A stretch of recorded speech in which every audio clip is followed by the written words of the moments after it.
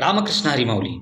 भगवंत श्री गुरु माऊली ज्ञानेश्वर महाराज ज्ञानेश्वरीच्या पहिल्या अध्यायामध्ये म्हणत आहेत, मनोनी जाणते नो गुरु भजिजे तेने कृतकार्य होईजे, जैसे मूळ सिंचने सहजे शाखा पल्लव संतोषती. म्हणून जे सुज्ञ आहेत, जे समजदार आहेत, जे शहाणे आहेत, त्यांनी आपल्या गुरुला मानावं, भजावं, पूजावं, जपावं, नव्हे तर त्यांची सेवा करावी. हे करण्यानं काय होईल तर आपल्या आयुष्यातल्या सर्व गोष्टी सिद्धीत जातील. आपल्या सर्व इच्छा अपेक्षा त्यांच्या आशीर्वादाने प्राप्त होतील.